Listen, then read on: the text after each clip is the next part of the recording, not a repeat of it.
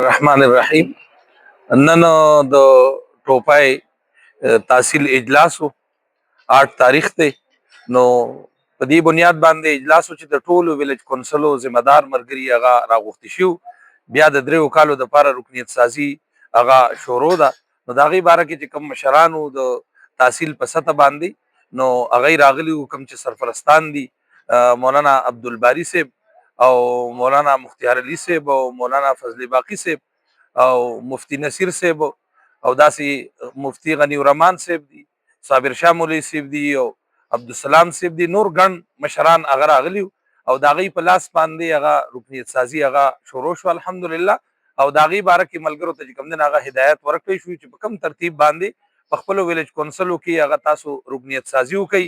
الله دې زمونږ او ستاسو د ټولو اتفاق اتحاد نصیب کړي او الله پاک دې زمونږ او ستاسو دا مهنت او جهد د خپل رضا ذریعہ وګرځي. السلام علیکم ورحمت الله وبرکاتہ.